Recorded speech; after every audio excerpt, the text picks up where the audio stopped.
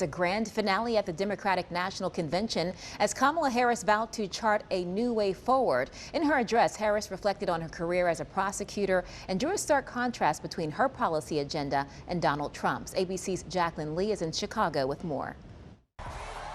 It was a historic moment and the most consequential speech of her career. Vice President Kamala Harris welcomed by thunderous applause, taking the stage to officially lead the Democratic ticket in November. On behalf of everyone whose story could only be written in the greatest nation on earth, I accept your nomination to be President of the United States of America.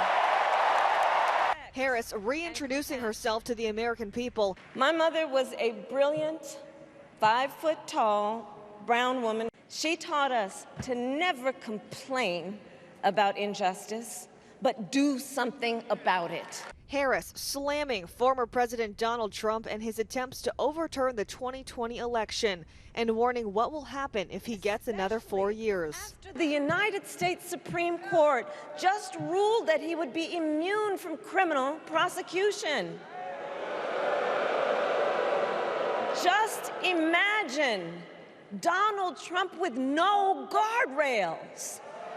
And attacking Trump on the major issue of abortion. He plans to create a national anti-abortion coordinator and force states to report on women's miscarriages and abortions. Simply put, they are out of their minds. The United Center erupting in applause when she addressed the war in Gaza. President Biden and I are working to end this war such that Israel is secure, the hostages are released, the suffering in Gaza ends. Female delegates throughout the United Center wearing white for women's suffrage. Actors Eva Longoria, Kerry Washington, and Tony Goldwyn all making the case for Harris, with a Chicago drumline and pop superstar Pink among the performances. Harris ending the night, calling on her base to get to work. I see a nation that is ready to move forward.